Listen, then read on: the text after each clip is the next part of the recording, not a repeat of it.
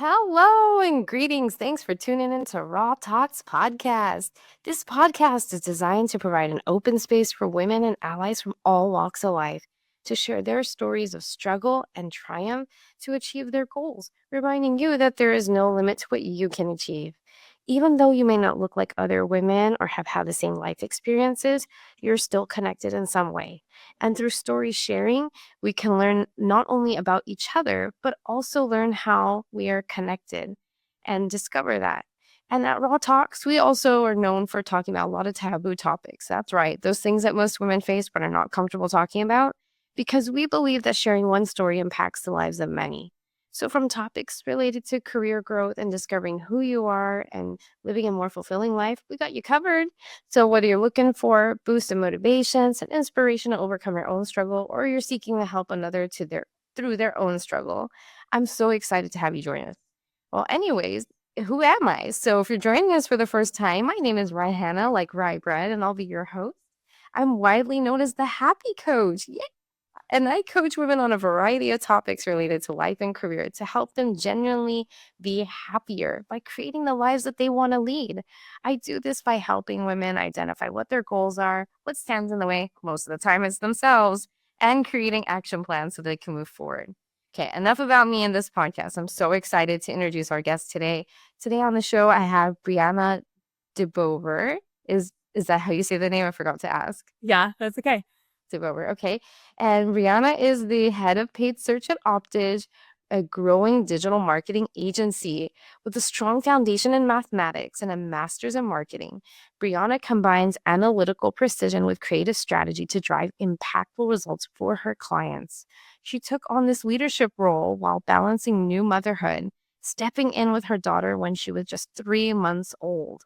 Brianna is passionate about helping businesses grow through their data-driven digital strategies, and is known for her commitment to delivering measurable results and in success in paid search campaigns. Wow, what a story.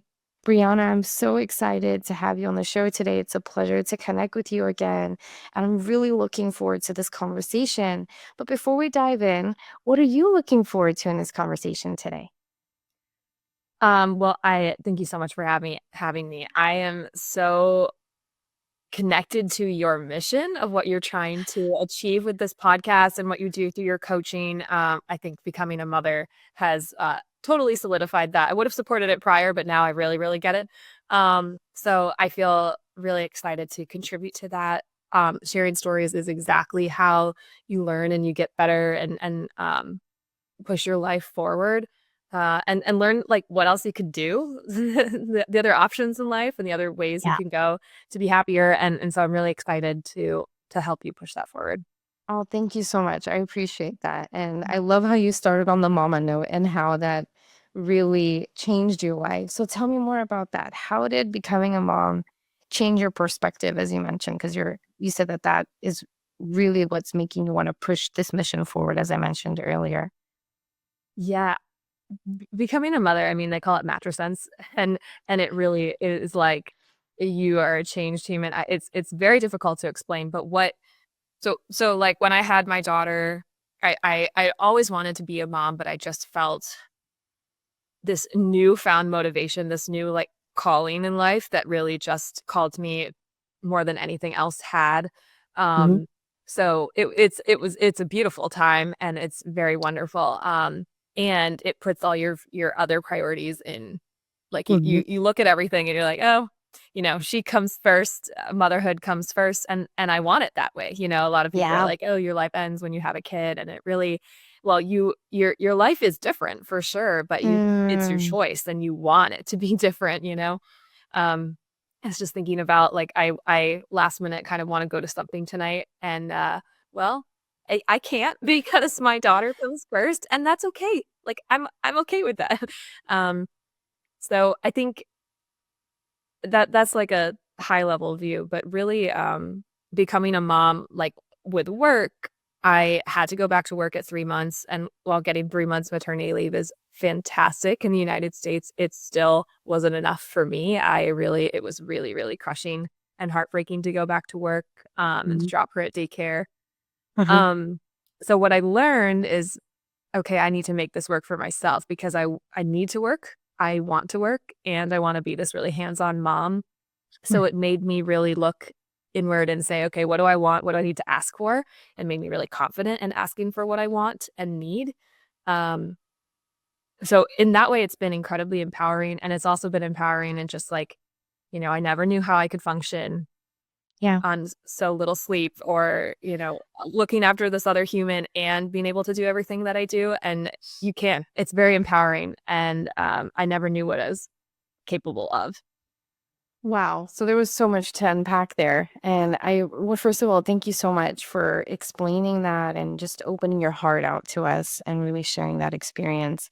You mentioned that um, when you had to go back after 3 months. I mean, I know a few moms and I work with moms too. And some of them, in like bigger tech companies, they have slightly more flexibility with leave. So like it's a little bit more than 3 months.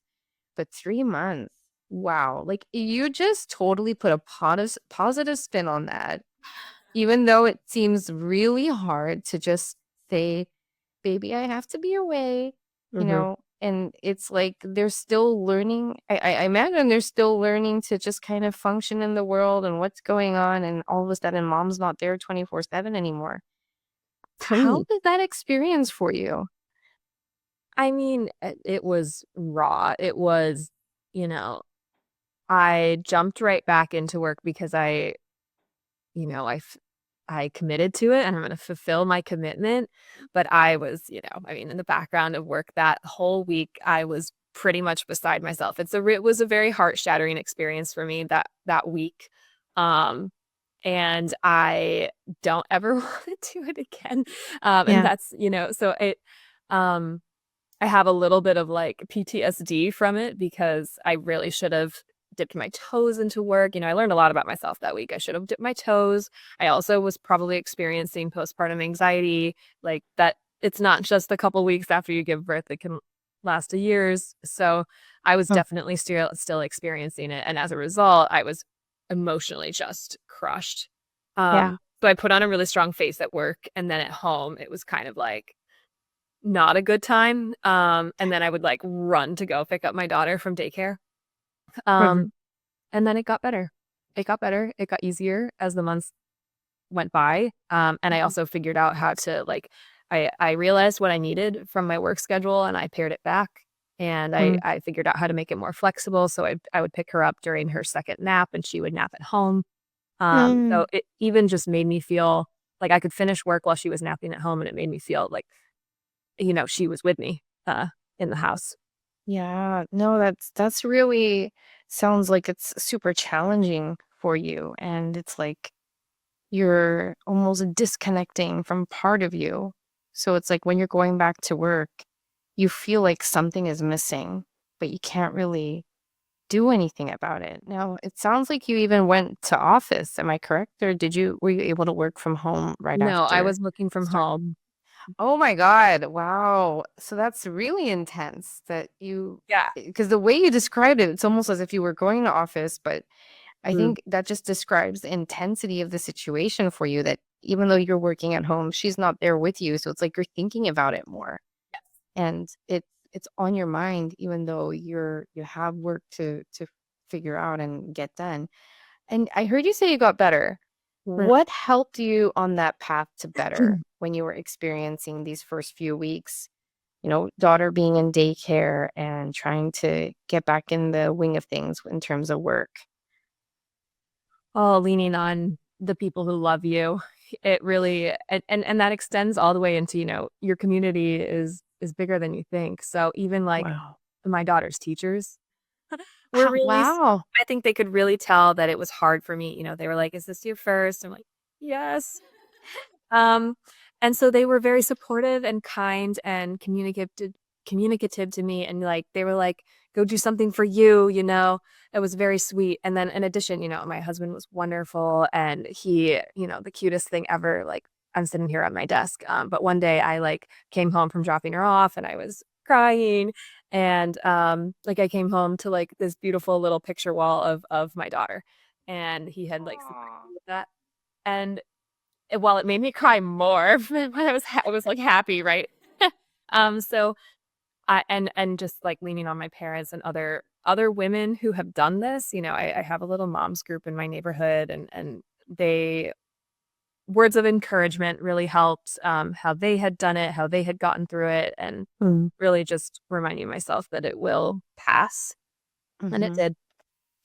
That's incredible. So I heard you say like community support is Mhm. big for you. Like, and Yeah. it doesn't just extend to your immediate family, but you mentioned a mom support group. Mhm. And I think that's really powerful. And that's what we're trying to build here today at Raw Talks as well. Like really helping women to develop and strengthen that sense of community because it really does have an impact, even from like the smallest to the biggest impact that you can't even imagine. Yeah. And so, how did you go about building that community outside of like your immediate family? I know you said it's in your neighborhood. How did you even come to find out about that community? So we got really lucky where we decided to buy our first house. The neighborhood is just incredible, and it's kind of flourishing with young families. And so by walking our dog and just like being in the neighborhood and then being pregnant, it was like we would stop and chat with everybody, and we've kind of found this community of young parents. And it Mm, turns out there was like one of my friends that Nate was like, "There's this moms group. Do you want to be part of it?"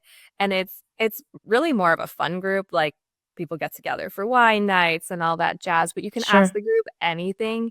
And I found a couple of really, really close individuals that I have really good friends, and they're next door or around the corner. Um, it's so special. And I think Yeah. just like, having a child connects you to other people who have had children. You just like Mm. get it. You understand each other. And it's been fun. So we hang out with our kids, and we, because that's what you do when you have a kid. You just hang out with your kid. So it's nice to do that with others who you like spending time with. And um I really think attribute it to luck and just being open to talking to people and wanting to make friends. Um, because otherwise I've like really struggled to just like be proactive and trying to find Mhm. friends as an adult. It's really challenging. No, it makes total sense. And you just reinforce the idea of like the power of connection. Like not Yeah. wanting to force anything, but you're like, we were just walking our dog and I obviously can't hide the fact you're pregnant when you look like a balloon at some point when you're like 7 to 8 months, right? So it totally makes sense. And it's funny because you're talking about like how it was luck, but it's almost like it wasn't luck.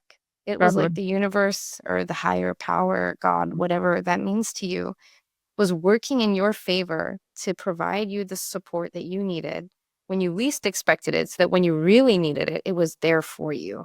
Yeah. But it was your effort and the universe working for you. So, speaking of relationships, I know you spoke a little bit about this earlier, how you wanted to do something for yourself tonight, but you're like, no, my daughter's there, and you had so much positive, warming energy when you said that, and like a huge smile across your face.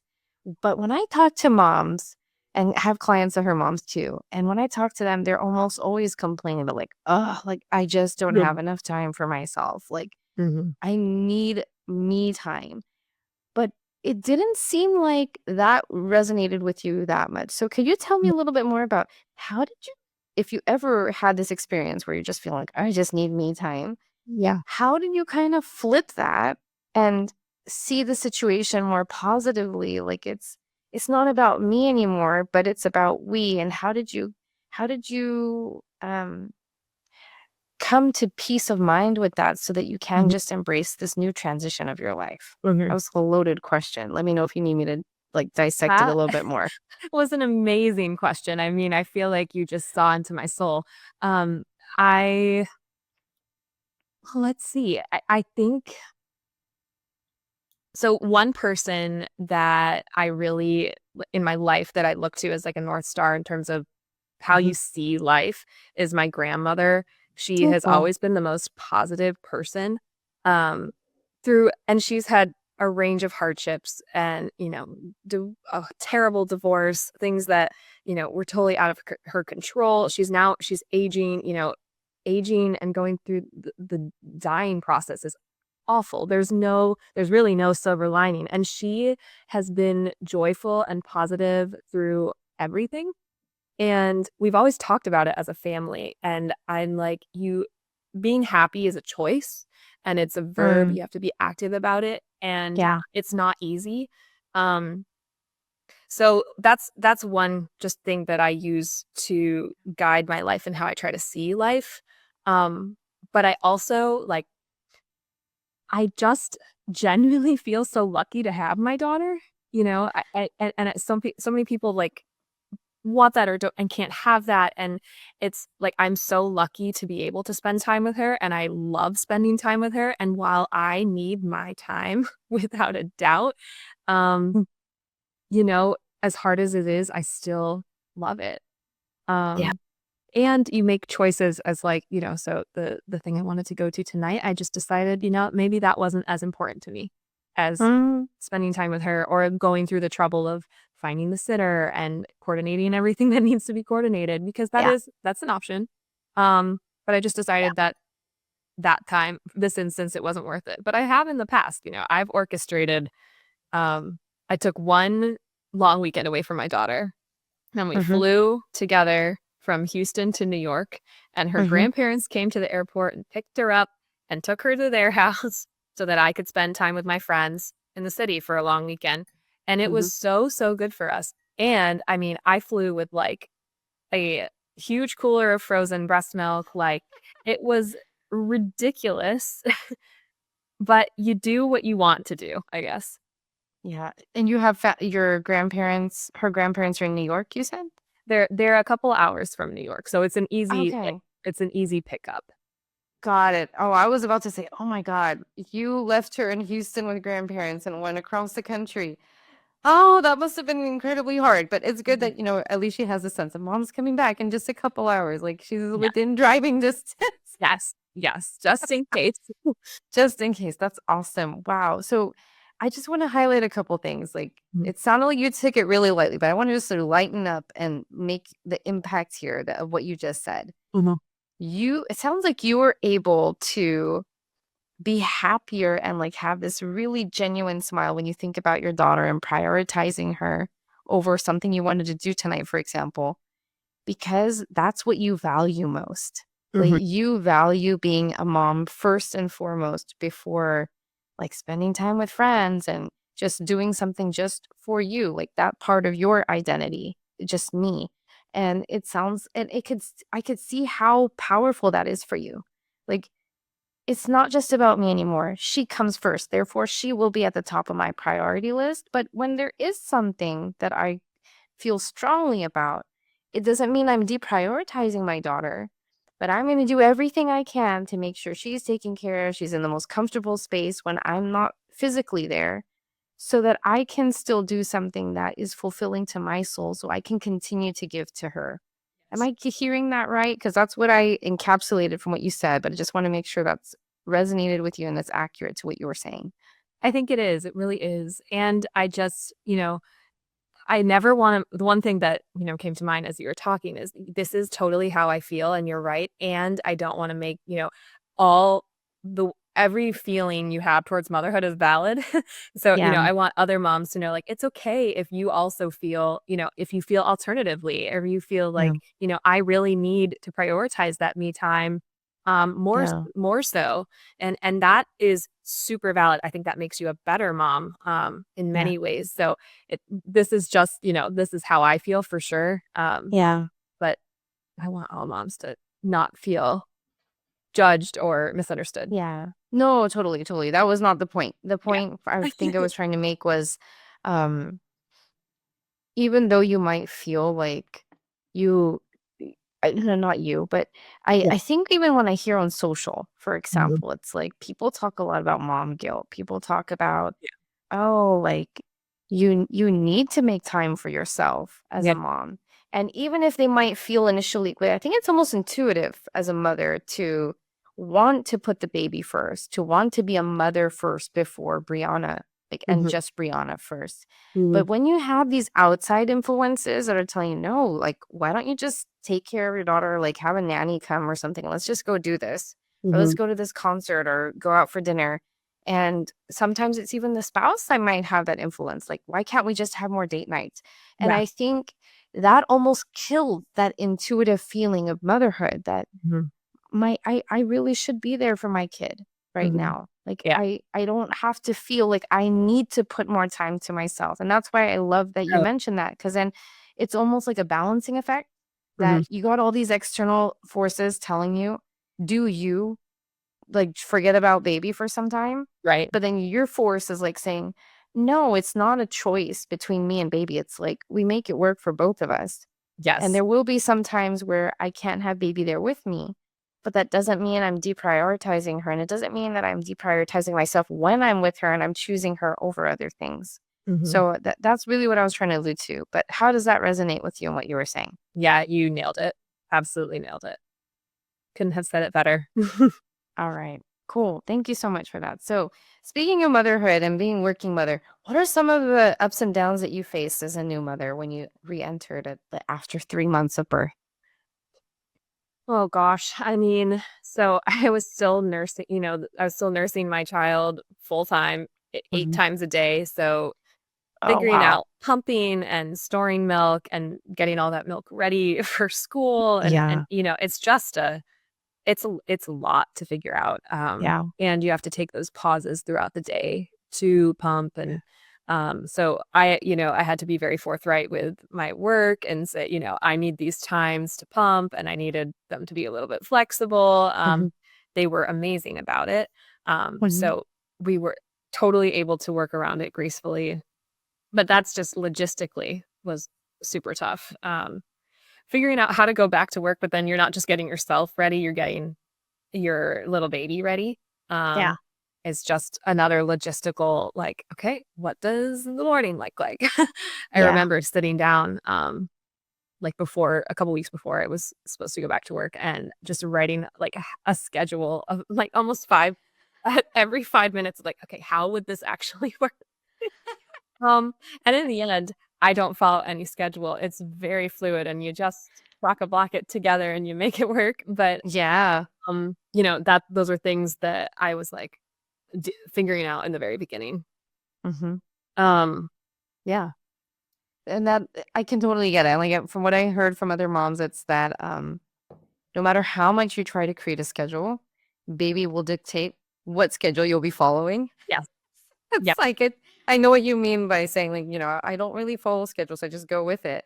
But yeah, that's one of the beauties of being a mother, that you yeah, learn how to think on your feet, you learn how to problem solve and just kind of keep it all together at the same time, which are some qualities that managers possess as well. And speaking of managers, you were talking about um, talking to your team and figuring out when you can actually pump it. I'm curious, mm, do you what was your manager male, female, or none of the above? And how did you approach that conversation to gain the support that you needed to do what you needed to do for not just work, but also to be there for your daughter with like yeah, having yeah, food available? yes. So I have a wonderful boss and a wonderful workplace. So I was never even concerned about bringing up these conversations. Mhm. I was very, very lucky in that regard. Mhm. And when you are a little bit more in leadership, you also can set the tone. Mhm. So like being in that role also allowed me to be, rather than asking a little bit more, like, I am telling you this is what I need. Okay. And that's okay. And that makes it okay for other people to say what they need. Mhm. Um, so just very lucky, like both male and female, super understanding. And it was kind of like, we trust you to make it work. And everybody on my team was very flexible and understanding. And I am big on, I think it's just really good to be honest with people. Yeah. If you're like, sorry, I have to move a meeting, it is because I have to pump. Like, I'm not, like, I wasn't trying to hide that. And I think people really understand when you say that Mhm. honestly.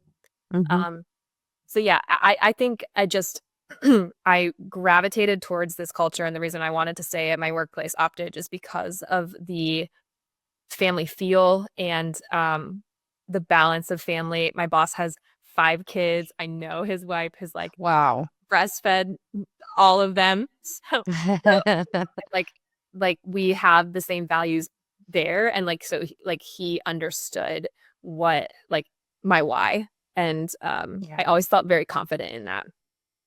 That's incredible. And so I mean, even having like a male boss that understanding, that's huge. And I think it's almost one of those rare qualities that you can have. I remember having not a client, but there was someone that I spoke to and they just had a baby. I was They were just coming out of maternity leave and heading back to work, working from home, and the manager had asked her to turn her video on during the Mm, meeting. mhm, And she's like, I'm breastfeeding right now. I was like, mhm. well, can't you just tilt your camera up? And so I just felt like when I heard that, we were just having a coffee chat, I was like, oh my God, Yeah, how incredibly insensitive that is to like ask somebody who's, just a new mom breastfeeding in that meeting. So they're actually just showing up in the meeting to yeah, be supportive for the team. yeah. And they had to cut short the maternity leave as well. And you're asking them to turn camera on while that's going on. I mean, it just Oh my felt goodness. like a raw situation and Mhm. that person was in, and to put them through that and have people like see them in that Yeah, state of mind. I can't imagine how hard that was. And it yeah. actually drove that person to want to leave that job and find Mhm, something else. So I think that just speaks to, from your experience, mhm. the extent of the management and the support you're getting, especially as a new mother, is Mhm. incredibly important. And if you don't have that, don't be afraid to seek outside opportunities for things that Yeah. are working for you and that will support you, And I mean, I want to thank you for sharing that about your leadership and how they were supportive to you. And curious about one thing, we spoke a lot about like work-life balance and how you prioritize work with your daughter and making time for yourself. But what if you had to think back when you're starting out as a Mm. new mom, returning to work, what was your biggest challenge that you faced and how did you overcome that challenge? I mean, I really the biggest challenge was the emotional roller coaster, Yeah. Mhm. and then having to kind of take that hat off and put the work hat on. Even despite feeling supported at work, it's still, you can only do so much. Sure, Um, yeah. uh, so that was, it was still one of the biggest challenges of my life. Mhm. And I'm trying to think of like really what helped me get through it. Um, was giving myself grace and giving myself time, allowing myself to feel all the feelings. I just Mhm. let myself feel it. Mhm. Because a lot of them were not even, very uncontrollable because it was like a lot of this Yeah. postpartum anxiety and hormones and feelings that you just gotta I just let myself feel it, let it go. Mhm. Um, I was honest, like, with work and everybody at home too about how I was feeling. So I think just like I mean, within reason with work, I didn't say like my heart is crushed. I can't do this, but I was like, I'm having a hard time. Just give me Mm. some grace. And I did over the next few months from starting work, I did remind my boss, like, remember, I have a teeny little baby. I am a new mom. Like, and he was like, oh Yeah. yeah, like you're right. and cut we both cut ourselves some slack. Yeah. Um, I think that's all that's what helped me. That's all I could do. Yeah. Well, that's a huge effort that you took on, right? Like, Mm, give yourself grace and allow yourself permission to feel those feelings. When you said that, it just reminded me of something I read in a book a while ago by Erin Dial mm, that the author was talking about her own personal account of how she was going through her job and she was facing burnout, and then she had gone through IVF and had this baby and mhm, just transitioning and just transitioning to this path of motherhood and owning her business and working like mhm. insane hours, that she just took a moment, put herself in the closet and cried. Yeah, And when you were talking about just letting myself feel those emotions and letting them go, that's exactly what she was saying that she did. yeah, That she just cried and didn't try to make sense of it, mhm, but felt like wholeheartedly felt the emotion, Mm-hmm. And exactly what you said, let it go afterwards. Yeah. Because there's no point in holding on to it. But Mm. you also want to have that sense of self-validation Yeah. that you are giving yourself permission to feel what you're feeling. It's not wrong, but once you've felt it, you've given yourself that validation. Now it's time to let go and transition to the next best thing so that you're not stuck in this pit of misery and sorrow, because then nothing happens in that space. You Mm-hmm. can't take care of you, can't take care of family, can't take care of baby, can't do work. Like, but you need to be able to give yourself that space first so that you can show up stronger for yourself and others. How Yeah. does that resonate with you? Oh, absolutely. And as you were talking, I really like it's about like your all those feelings are valid. And reminding yourself that these are valid and you're not crazy or over emotional. Um Yeah. and yeah, I think it's so funny now that I'm in the toddler stage of raising my daughter. That's like what you communicate to your toddler on how to manage their emotions. You literally like Yeah. you validate. You're like, yes, I hear that you are angry and it's okay to be angry. I'm angry sometimes. And this is what we can do as a solution. Like that's literally like my monologue in my head talking to my toddler. So I just think it's funny. Yeah. Oh my God. So credible. Wow. And thanks so much for sharing that. So I want to take it a step away from the working mom, and as we transition to more on your role in leadership, Mhm. what's one piece of advice that you would give moms who are striving to create the same happiness that you have as a working mom, and even for moms who have to send their kids to daycare? What would you Mhm. advise to them? So it reminds me of like a little thing that happened to me when I was in high school. When you're like I was like a high school girl, really cared about what I was wearing. And I would come out, I would try on 15 pairs of clothes and nothing was good enough for me. And my mom would be like, Brianna, you look fine. And I said, like the classic, everybody makes fun of me for this now, but I said, fine isn't good enough. Mm. And well, that situation was very silly. And teenage Brianna. That actually was brought up at my wedding and like the speeches people gave in my wedding because it like that actually is I you do not need to accept anything less than the best for you. And Um, I realized like through my wedding, my family has like applied that to the choices I've made in my life and like my choice in a husband. That's what was brought up at my wedding, like fine isn't good enough. And so like my husband is amazing. Um and so anyways, like I like that's exactly what you when you asked me that, that's what it reminded me of. Because as I've become a mother and trying to do it all with being in a leadership role and sending my child to daycare, but also wanting to be like at my core, wanting my daughter home and with me all the time. yeah. Um, I realized that like just accepting of what it is or what is offered to you doesn't have to be the case. You should Mm. push for what you want and be honest with yourself on what you need. So what I did was, okay, I stepped back into work because I knew I needed to go back, but I also didn't totally know what kind of schedule I wanted. So I started full time and then I saw how it went. And as I learned how we felt and how my daughter was doing at daycare and how long we were apart, I was like, okay, this is really what I need. I really need her to go half time and then be home for the rest of the day, but I can still work X amount of hours. And then slowly I just kind of told my company, this is what I need and this is what I want. And they said yes. And it's worked. And if I set myself up to be able to ask for those things, but like you have to ask and you have to push for what you need. And fine Mhm. is not good enough. It's just not.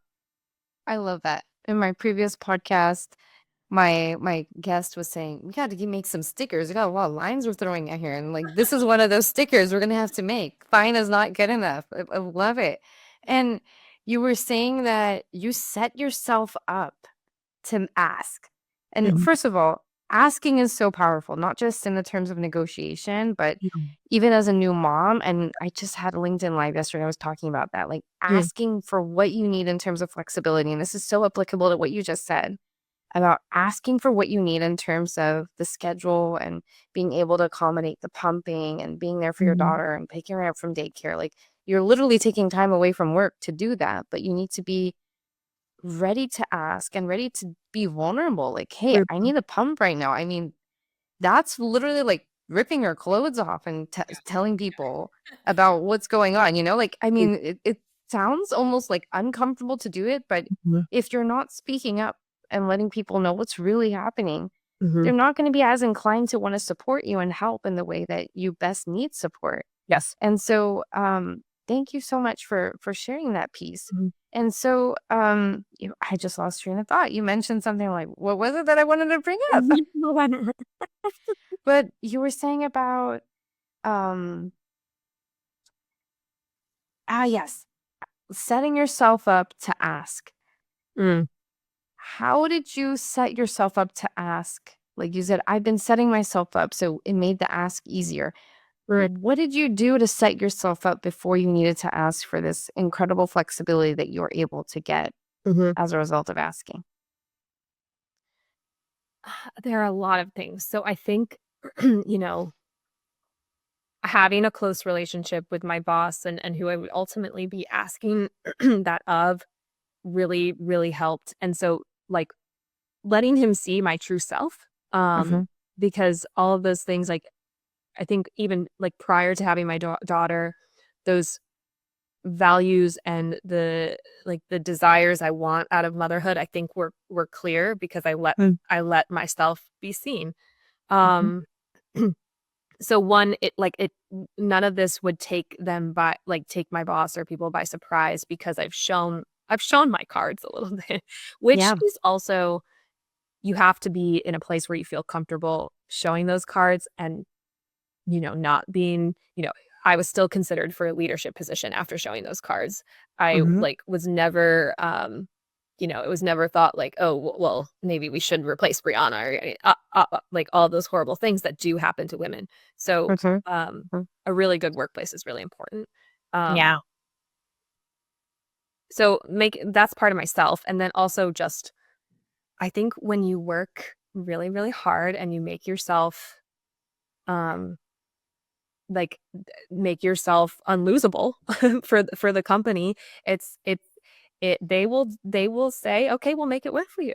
And that was a big driver for me working in the early years of, "Okay, if I can do work as hard as I can and do like, make myself," you know, um I'm struggling for a word here, Raihana, but it's it's okay. What's the word?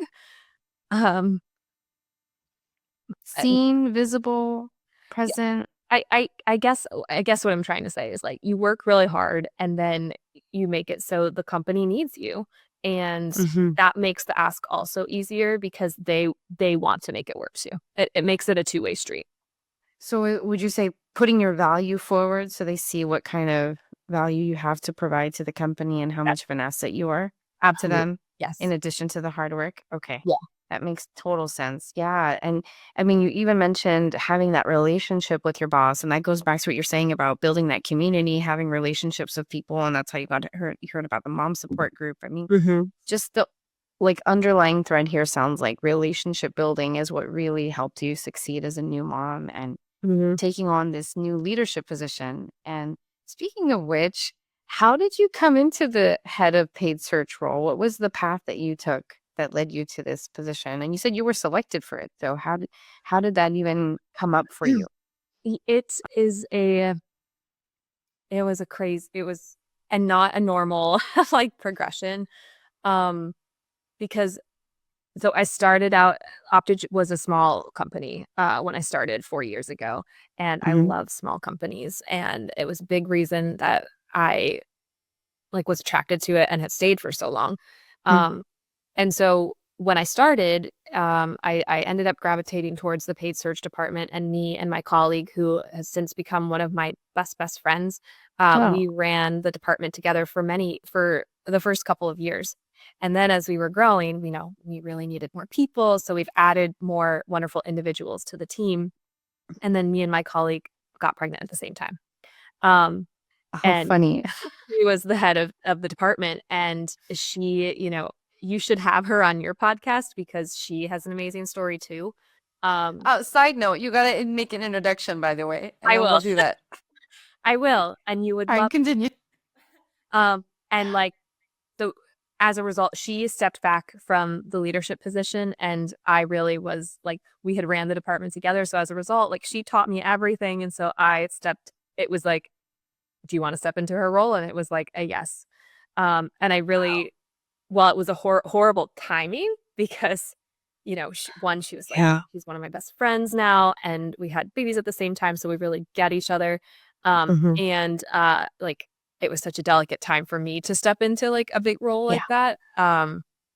I really was like, you know what? I'm going to regret it if I don't. I need to try. Wow. And what happened to your colleague? Because you ended up taking on her role. She's doing great. She's still with us. She just is at much less hours. She's having her second child this winter, Wow. and we're still like really, really close. But yeah, it also brings you a lot closer when you have kids at the same time. So we have kids the Yeah. exact same age. Oh, We how give birth funny. between like 10 days of each other. So it's like a great friendship. Wow.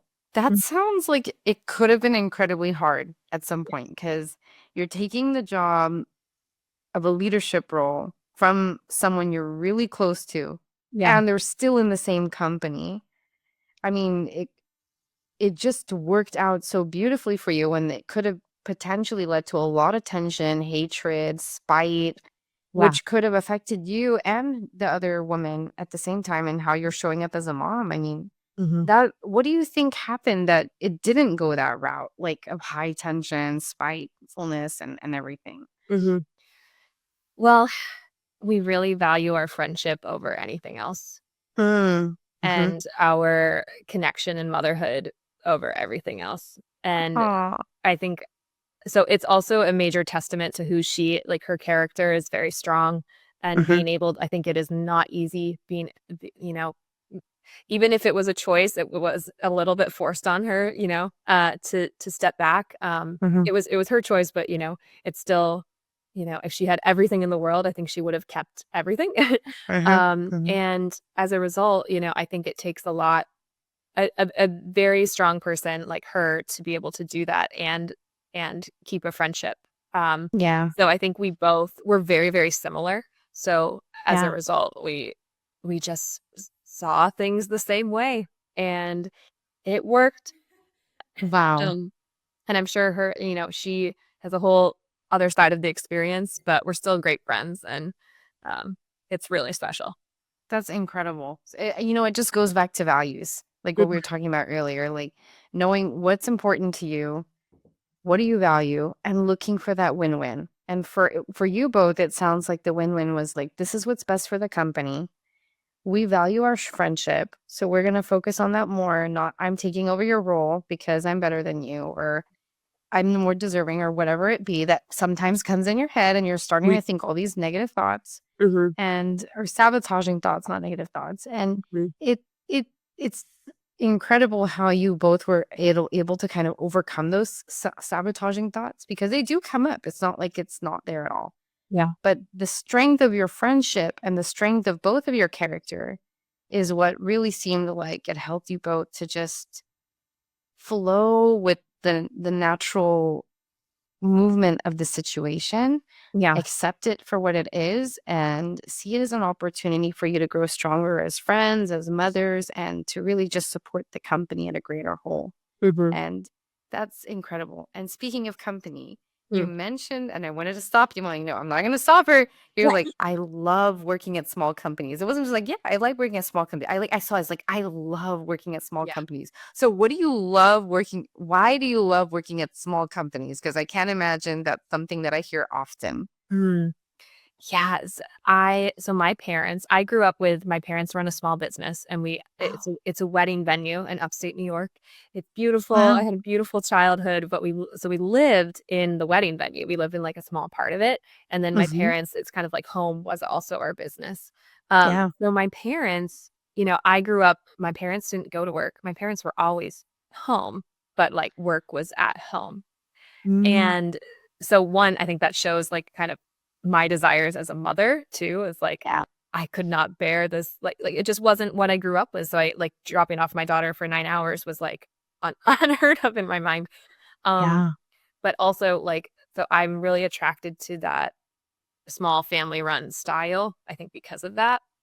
Mm, Um, so I've worked in bigger companies and I just felt unmoored, not really connected to the right. mission. While I had wonderful people within those big companies, I just never really felt like I was a massive contributor. And while Hmm.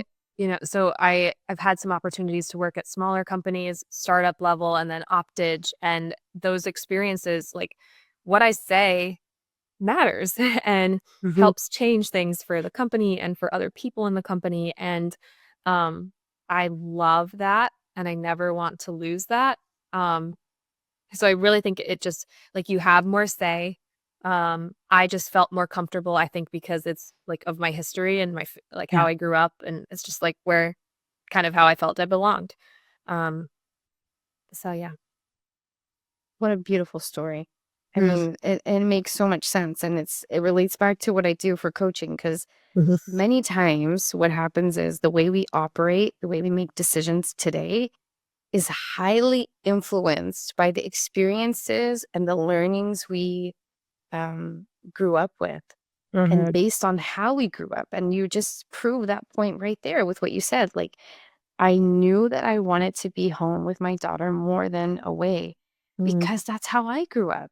That's Mhm. how my parents did it. And it stuck with you so well that you just learned to value that because that's what your parents valued. So it just shows the power of how much family and who's raising you and Mhm. who's in that circle as you're growing up impacts and influences who you will be when you grow up. Mhm.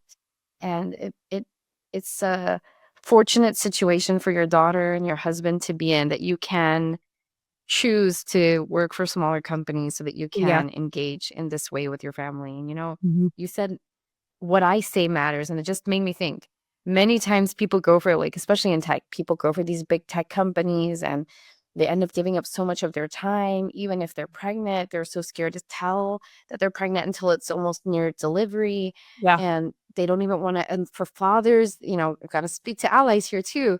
Yeah. Fathers are so scared to even ask for paternity leave until baby is actually like on the Mhm. week going to be born. Yep. And there's so much tension but people end up choosing those paths because quite the opposite of what you just said, money matters, not what I say matters. But Yeah. that just goes back to your values. Like, Mhm. what do you have to ask yourself at the end of the day? What do you really care about? Do you Yeah. really care about the money or do you care about the contribution you're making? Do you care about the impact? Do you care about your voice being heard? And it Mhm. sounds like you care more about those three things I said last versus the money. Because I Absolutely. can't imagine the salary is gonna match what you're making in a smaller company versus bigger company. No. But again, it just goes back to what do you value at the end of the day? Mhm.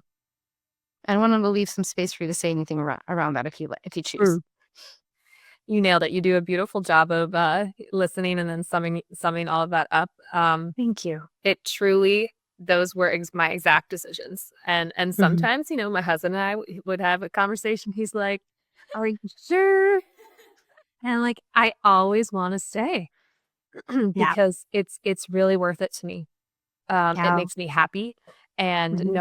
no additional salary is gonna like outweigh being unhappy or not feeling like really understood and heard in a work community. So absolutely worth it. Oh, that's amazing. And speaking of happy, we're almost at the time for us Mhm. to close, and I'm so sad because when we have such great conversations like this, like I wish they could last for much longer. Yeah. But what does happy mean to you? It's such a good question. I think happy. is like I said, I think happy is a choice. You have to be active about being happy.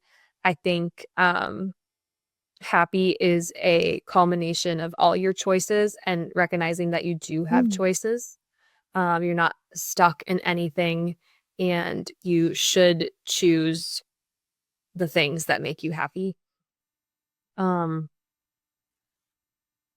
happy, like I think it's also there's like a certain part of, just people's nature where Hmm. they're happy or they're not. And I am just like by nature a happy person. Always have been. Yeah. And like when I had my daughter, I like constantly am like, is she happy? Isn't she just like happy by nature? And I like, Yeah. she can be happy in this world. And so there's only, while there's some parts of that you can control, there's other parts that you can't, I guess is my point. And Yeah. you have to just accept who you are. Yeah, exactly. And I love how you mentioned that happiness is a choice that you actively work on. It reminds me of something I read in Stephen Covey's book about 7 habits. Mm. And there was a gentleman who was like, I just don't love my wife anymore. And Stephen Covey's response to him, because he was attending his talk live at the time, and he Mm. was recapping the story in the book, and he was like, love her. He's like, no, well, that's the point. I don't love her anymore. There's nothing there. We've been married for like over 10 years, and I just don't feel the same. Then Hmm. his Stephen Covey's response again was, love her. He's like, well, what do you mean? I'm telling you nothing's there. But it's exactly what you're saying. It's active. Yeah. You have to do something about it. Just because it's there doesn't mean it's going to last forever and it's not going to waver or go up and down. Hmm. You have to actively work on it. Like you have to actively work on love. Hmm. Love is a verb. Happy is Yeah. a verb. So Yeah. how do you create that happiness in your life when you're constantly working on it? Mm.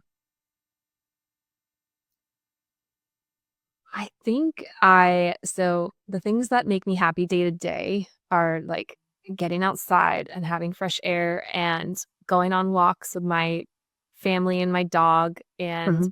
calling the people that I love and reading Yeah. silly fantasy books and like, my job, while there are ups and downs, my job does make me happy.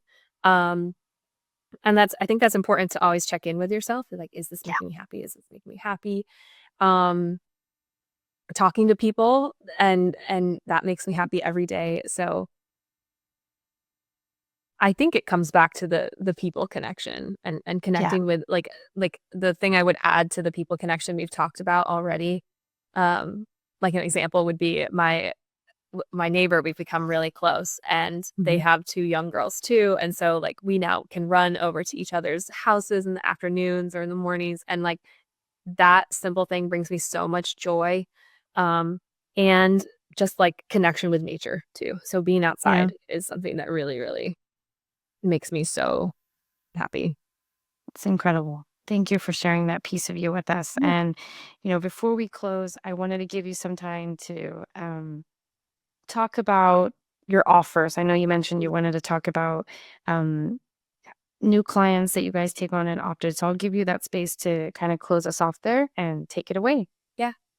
So Optidge is a wonderful digital marketing agency. We offer like full service digital marketing solutions. So like ads online to showing up organically online. Basically, like we help um, companies get found online by the right people. Mm-hmm. It's really like we really believe in the connection between like the right customer and the right company. It's not just kind of trying to sell everybody everything. Um, we take a lot of pride in our work. We do a really great job, and so we're always looking for clients to help in that regard. I hope like what I have put forth, this is kind of how Optidge, this is who we are. And so Yeah. we really treat clients with this like white glove. We are part of your company and we're going to do the absolute best for you. So yeah, that's really who we are and what we do. And like, we're always looking to help more businesses. Awesome. Thank you so much for sharing that. And if there's anyone who wants to get in touch with you, whether they want to um, see more about what Optidge can offer for them, or they just want to connect with you and maybe set up a virtual coffee, or thank you for all the advice you shared, what's the best way to get in touch with you, Brianna? Yeah. So my email is brianna@optidge.com. It's Okay. easy, simple. Totally get in touch with me that way. Okay. And would you mind if I drop that in this show notes for everyone so they can easily access that? Absolutely. Perfect. Okay. Thank you so much. And, unfortunately, we've come to the end of our time together, but I'm so grateful for your time today, Brianna. And for listeners, thank you so much for joining in.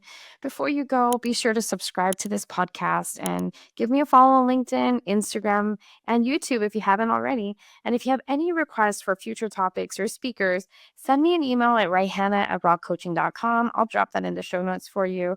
And if you have a powerful story that you'd like to share, remember, we target women from everyday walks of life. So it's not like you need to have a special title, special job, or special story, because every story is incredibly special. Reach out to us, and we'd love to evaluate if you would be a great fit for this show. Thanks again, and that's the end of our time. Stay happy.